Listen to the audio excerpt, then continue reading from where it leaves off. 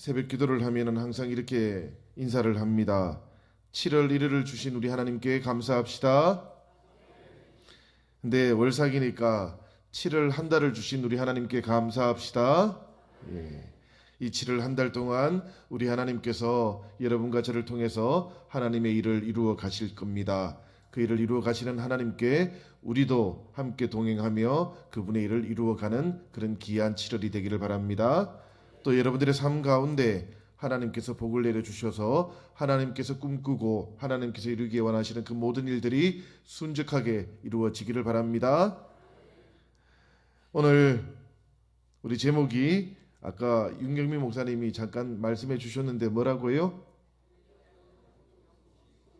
예, 달리다 쿰 영신 쿰이라는 제목인데 한번 해보시겠습니까? 다 같이 시작.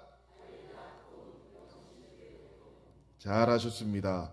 이 달리다 쿰 그리고 영신 쿰이라는 것은 이런 뜻이에요. 어린 소녀여 일어나라, 영신 교회여 일어나라 라는 그런 뜻입니다. 여러분, 이 제목처럼 우리 7월 이 한 달 동안 하나님께서 우리 영신교회를 또 더욱더 새롭게 일으키시는 역사가 있기를 주님의 이름으로 축원합니다. 아울러서 여러분들의 삶 가운데에도 모든 일들이 새롭게 일어나기를 주님의 이름으로 축원합니다. 오늘 하나님께서 우리에게 주시는 말씀을 보면 우리가 이 가운데 정말 이런 단어를 우리가 배우게 돼요. 그게 뭔가 하면 아람어를 배우게 됩니다. 이 아람어라는 것은 예수님 당시에 유대인들이 사용하던 언어였거든요. 그 가운데 우리는 이미 두 개의 아람어를 알고 있어요. 마가복음 7장에 보면 데가폴리에서 기 먹고 또 말 못하는 사람을 예수님께서 치유해 주는 사건이 있었는데 그때 예수님께서 그 사람을 향해서 뭐라고 말했는가 하면 에바다라고 말했는데 들어보셨지요? 이 에바다라는 말은 열리다라는 그런 뜻이에요. 그리고 또 하나가 있는데 그게 뭔가 하면 달리다 쿰이라는 말입니다. 이 달리다 쿰이라는 말은 제가 조금 전에 말씀드린 것처럼 일어나라라는 그런 뜻인데요. 이 일어나라라는 말은 쿰이라는 말이에요. 그러면 달리다 라는 말은 무슨 뜻일까? 예, 말씀을 잘 보시면 압니다. 이 달리다라는 말은 텔리사라는 말이기도 한데 이 뜻은 뭔가 하면 어린 양을 뜻하는 거예요. 그 중에서도 어린 암양을 뜻하는 겁니다. 그래서 예수님 당시에 어린 소녀를 부를 때 이렇게 텔리사 혹은 달리다 이렇게 부릅니다. 그러니까 그 당시에 사랑스러운 애칭 같은 것이었어요. 자, 달리다 쿰 이러면 어린 소녀여 일어나라. 여러분들은 이제 아람어를 알고 계시는 거예요. 근데 이 텔리사라는 말은 예수님 당시에는 이런 의미로도 사용이 되었습니다. 하나님의 백성들이라는 뜻으로도 사용이 되었어요. 그러니까 하나님의 백성들이여 일어나라 라는 그런 의미이기도 합니다. 오늘 우리가 읽었던 본문의 말씀을 생각해 보면 해당 장이었던 한 어린 소녀의 아비가 예수님께 급하게 달려와서는 자신의 딸이 지금 죽어가고 있다, 살려달라 이렇게 청을 하면서 시작이 되지요. 이 장면을 가만히 보면 대단히 비극적이고 또 절망적이기까지 합니다. 그런데 이 말씀의 마지막 부분을 보면 이 말씀은 대단히 황홀한 결말을 가지고 있기도 하다라고 그래요. 이 이야기의 마지막 부분인 42절을 보면 사람들이 크게 놀라고 놀랐다라고 되어 있는데 이 놀랐다라는 말은 이 전체 성경의 의미를 우리에게 전달하는데 실패합니다. 왜 그런가 하면 이 말의 원문이 뭔가 하면 엑스타시스라는 단어예요.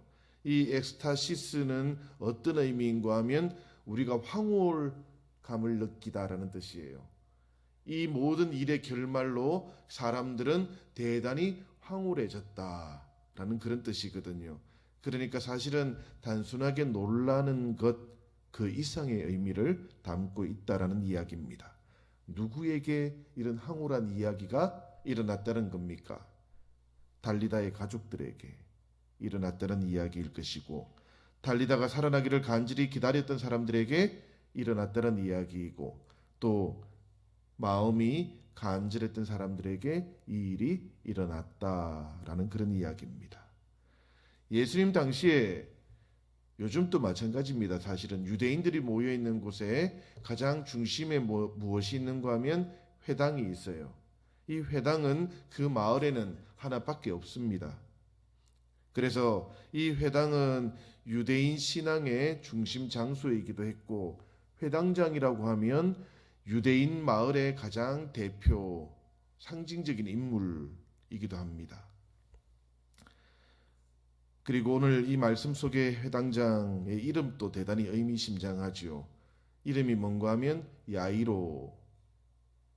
이 야이로라는 이름의 뜻이 뭔가 하면 그가 살리리라 라는 그런 뜻입니다. 그러니까 오늘 성경 말씀의 상황은 이런 거예요.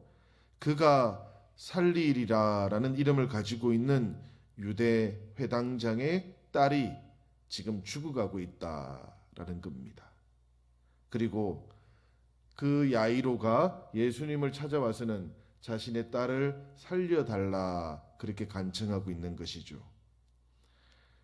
우리는 그저 이렇게 지나갑니다마는 사실 그 유대인 사회에서 유대인 회당장이 예수님을 찾아와서 내 딸을 살려주세요 라고 이렇게 말하고 있는 건 대단히 의미심장한 사건입니다. 지금 시사하는 바가 대단히 커요. 회당장의 이름이 그가 살리리라 라는 이름의 뜻을 가지고 있어서 더욱더 그러합니다. 무슨 이야기인가 하면 그 이름이 아무리 거창해도 이제 이 유대교는 더 이상 사람을 살리는 능력을 상실해 버렸다 라는 뜻이기 때문에 그렇습니다. 살리지 못하는 종교였던 이 유대교의 시대는 이제 가버렸다. 이제는 하나님의 메시아가 온 시대, 이 메시아와 함께 시작된 시대가 이미 열리고 있다라는 그런 뜻이기 때문에 그렇습니다. 그래서 43절을 보면 예수께서는 이 일을 아무도 알지 못하게 하라 그렇게 사람들에게 경계하기까지 하십니다. 왜 그런가 하면 이제 예수께서 이루어 가시는 그 모든 일들은 이 유대 사회와 유대인들에게는 대단히 위협적이기 때문에 그러합니다. 그래서 알리지 말라 그렇게 이야기하는 것이죠. 예수님 가시는 길에 이 야이로라는 회당장은 사실 오늘 말씀의 앞부분을 보면 대단히 많은 사람들 가운데 한 사람에 불과했습니다. 24절 후반절에는 보면 큰 무리가 따라가며 애워싸서 밀고 있더라. 그러니까 이 장면을 보면 예수님이 지나가시는데 엄청나게 많은 사람들이 예수님 주변에 이미 모여 있었던 것이고 서로 예수님 주변에 다가가 보려고 밀고 있었다라는 이야기예요. 각자의 사정이 뭔지는 몰라도 예수님에게 대단히 절실했던 그런 사정들이 있었던 것이죠. 그래서 예수님께 좀 더 가까이 가보려고 했던 것이고 저마다 자신의 안타까운 사정들을 예수님께 한번 말이라도 해보려고 그러했던 겁니다. 그러던 중에 한 여인이 예수님의 옷자락을 만지는 데 성공하기까지 했습니다. 성경은 그 여인이 12의 혈루증으로 고생했던 여인이다라고 그렇게 알려주고 있지요. 이 여인이 예수님의 옷자락을 만지고는 병고침에 성공했습니다. 그러자 예수님께서는 자신에게서 능력이 나간 것을 알게 되었어요. 누가 나를 만졌느냐 그렇게 묻습니다. 그러자 베드로가 말하기를 선생님 그렇지 않고요. 많은 사람들이 주변에 있다 보니까 그냥 밀쳐진 겁니다.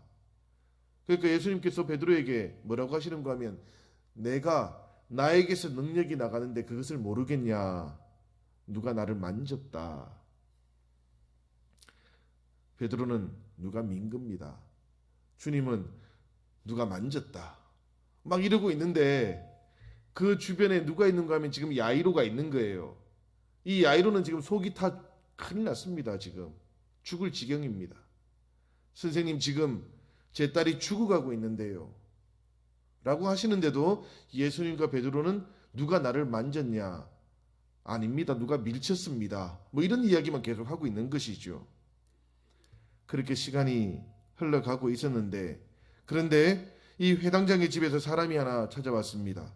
그리고는 말하기를 해당장님, 더 이상 저 선생님 괴롭히지 마십시오. 이미 달리다가 죽어버렸습니다. 이렇게 말했던 겁니다.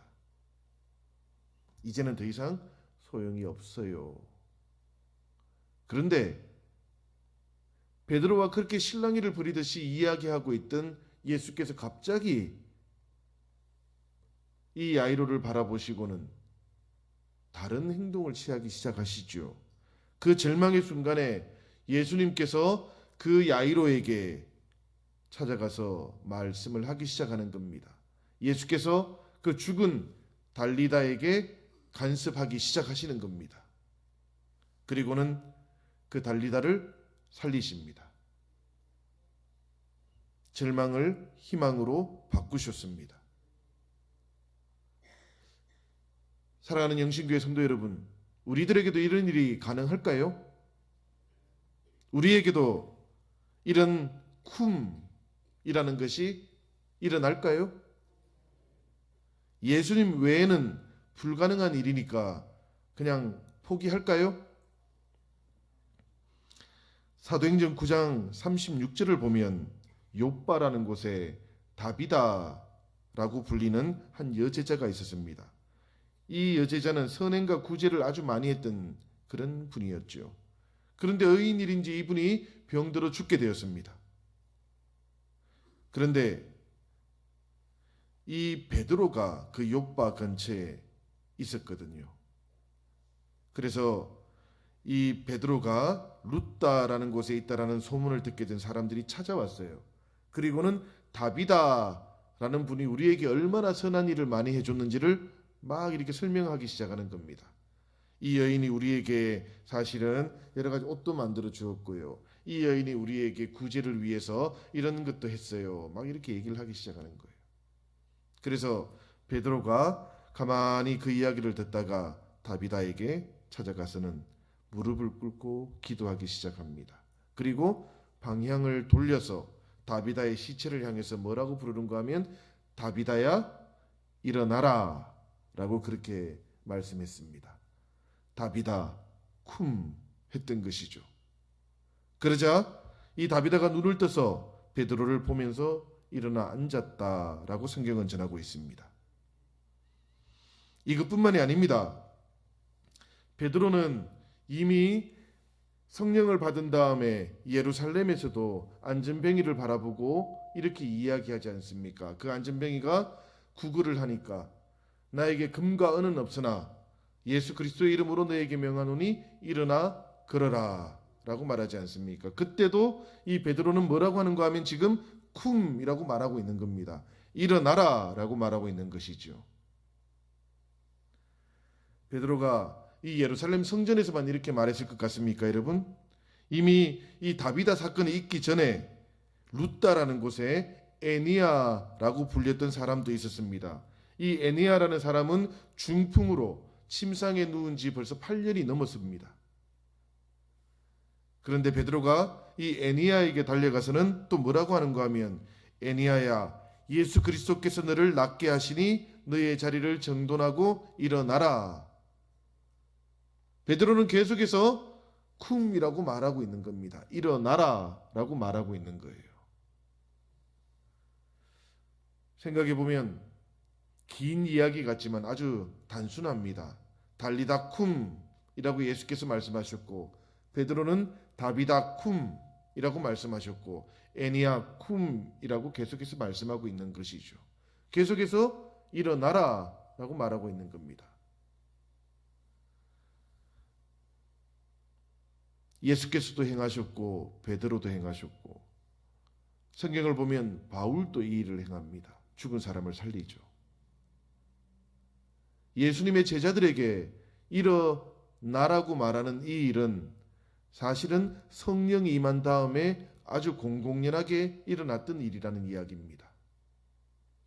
오늘날 교회는 어떠합니까, 여러분? 교회는 이렇게 앉아있는 사람들, 실망한 사람들, 쓰러져 있는 사람들을 일으키는 곳이 맞습니까? 우리 영신교회는 쿰이라고 선언하고 있습니까? 여러분들은 어떠하십니까? 여러분들의 신앙의 자리에서 일어나기를 원하십니까? 예수께서 소녀에게 이렇게 말씀하시죠. 울지 마라. 죽은 것이 아니라 잔다. 사람들은 야이로의 외동딸이 죽었다라고 해석을 했습니다. 그런데 예수님께서는 그 아이는 지금 자고 있다, 여전히 생명이 있다라고 그렇게 말씀하십니다. 사람들은 죽었다고 절망하는 곳에서 예수께서는 자고 있다, 살아난다라고 그렇게 말씀하셨습니다. 하나님을 믿고 또 하나님을 소망하는 사람들의 생각은, 해석은 이렇게 달라야 하는 것이지요. 2008년도입니다. 제가 목회를 시작했던 해인데 제가 잘 기억하는 한 장면이 있어요. 제가 독일에 있는데 야구가 한국에서 있었던 거예요. 그게 무슨 이야기인가 하면 중국 베이징 올림픽 경기 이야기입니다. 그때 한일전이 있었는데 예선전에서 한국에게 일본이 졌어요. 그래서 4강전에서 다시 만나게 되는데 이 일본이 한국하고 다시 하면 이길 수 있다, 그렇게 생각을 하고는 이 쿠바한테 일부러 진 거예요. 그래가지고 다시 한국하고 경기를 하게 되었습니다. 그때 전해지는 이야기 하나를 보면 이런 이야기가 있어요. 8회 말 원아웃에 주자가 1루에 있고 이성엽 선수가 나온 거예요. 그러니까 이 이성엽 선수를 보면서 일본 감독이 무지무지 좋아했다 그럽니다. 왜 그런가 하면 그날 이성엽 선수가 경기를 하는 내내 삼진 아웃을 당하거나 병살타를 쳤거든요. 그러니까 이성엽 선수가 나오니까 이제 이 경기 우리가 이겼구나, 그렇게 생각했어요. 그런데 한국 감독은 좀 생각이 달랐답니다. 이성엽 선수가 그렇게 잘 치는 선수인데 오늘 한 번도 안 쳤으니까 이제 분명히 칠 때가 되었다. 그래서 이성엽 선수를 그 결정적인 순간에 내어보냈다라는 것이죠. 예, 여러분들이 혹시 그 경기 결과 아십니까? 이성엽 선수가 그때 그 말로 홈런은 아니었고 그 1루에 주자가 있었는데 홈런을 쳤어요. 그래가지고 2점을 얻어가지고 한국이 그때 이겼습니다. 해석이 많이 달랐던 거죠. 일본 감독은 지금까지 못 쳤으니까 계속 못 칠 거라고 생각했고, 한국 감독은 한 번도 못 쳤으니까 이제 칠 때가 되었다라고 생각했던 겁니다. 똑같은 이야기입니다. 한쪽은 절망으로 해석하고 한쪽은 희망으로 해석을 하는 것이지요. 오늘 52절에 보면 모든 사람들은 절망으로 해석하고 있을 때 예수님께서는 다른 해석을 하고 있는 겁니다. 십자가를 바라보는 하나님과 사탄의 해석이 대단히 다르다 그럽니다. 사탄도 십자가를 보면 웃고 하나님도 십자가를 보면 웃는다 그래요. 사탄이 웃는 이유는 아주 분명합니다. 이 하나님의 아들의 죽음을 보고 사탄은 하나님의 패배라고 생각해서 십자가를 보면 웃는다 그래요. 그러나 하나님께서도 십자가를 보면 웃는데 왜 그런가 하면 저 십자가에서 죽기까지 순종하신 하나님의 아들의 그 믿음을 보는 것이고 또 그 십자가 위에 달려있는 부활을 보기 때문에 하나님께서도 웃는다 그럽니다. 해석이 참 많이 다르죠, 여러분들. 우리가 하나님을 믿고 하나님을 희망하는 사람들은 이렇게 생각이 다르고 해석이 다른 것입니다. 우리 주님께서 영신교회를 향해서 영신교회 쿰이라고 그렇게 말씀하시면 여러분들은 어떤 해석을 하시겠습니까? 하나님께서 행하시니 우리 교회는 일어날 것입니다 라고 그렇게 믿으십니까? 우리 교회가 쿰하는 교회 맞습니까? 세상과 똑같이 판단하고 세상과 똑같이 해석한다면 신앙의 세계에서 쿰이라는 일은 일어나지를 않습니다, 여러분.